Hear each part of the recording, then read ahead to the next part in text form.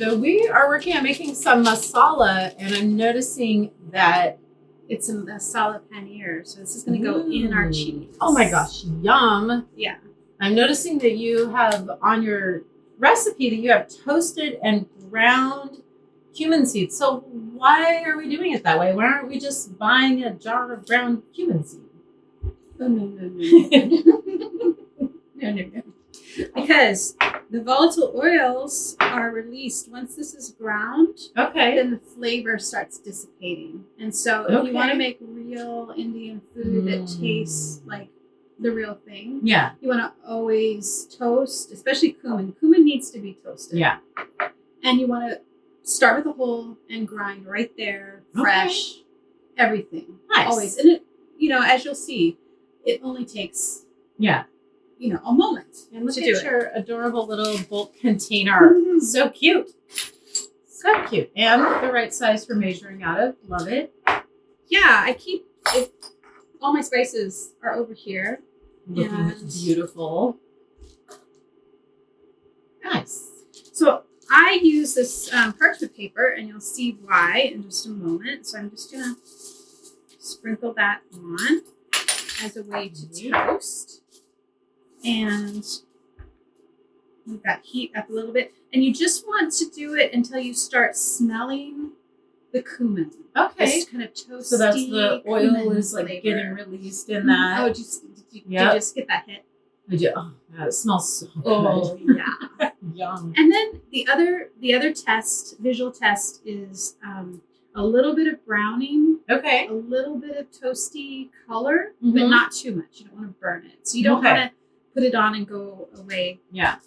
And if you burn it, you probably just chuck it and start again and just use a little. Yeah. So this is a medium heat. Oh, it does smell good. And you see how that's starting to brown? I do. A little bit. So that's exactly what we want. Now, the trick is that I just lift this parchment paper up like that. Look at right? that. So I don't have to swim around on the Yes. pan, and then just pour it right in. Cover. And then this can be reused. Yeah. So we take our nifty spice grinder here. I'm going to put on a little lid. And this is...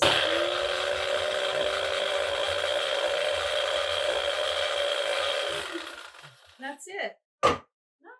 That's how long it takes. So, that little lid is just so smart. Yeah. You want to do it. You want to do it.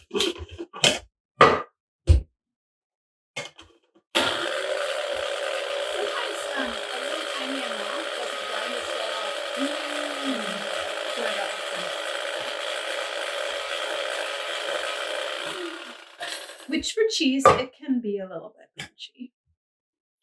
Nice.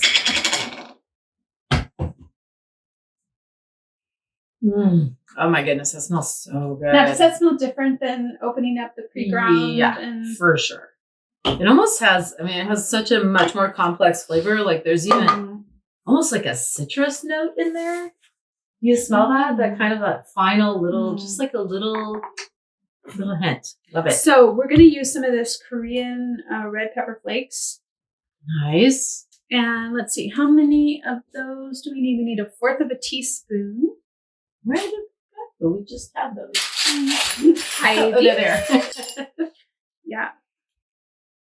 So you're going to put that in there. And then, you know what I think I'm going to do? I'm going to put the salt in and then regrind, because I think that's going to help grind everything together. Okay. Because and I'm going to start with a half. So I know that you, I know from working with you before that you do choose specific salts for specific purposes. And I'm noticing that this is the Redmond salt, possibly, that's from bulk. Okay. Yeah. And that's the pink. The pink salt. Little pink salt. Which is my favorite everyday salt. It's so good.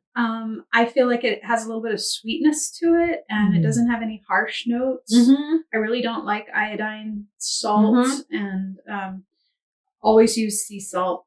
Nice. And I really, really like this one. Okay, let's grind this again. I'll scooch over here so you have a better angle for that.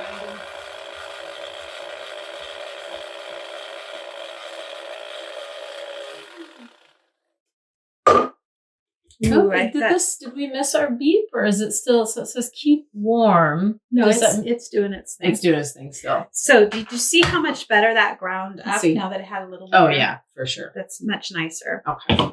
So if things aren't grinding well, just put in a little bit more spice and then measure from there. Lovely. Okay.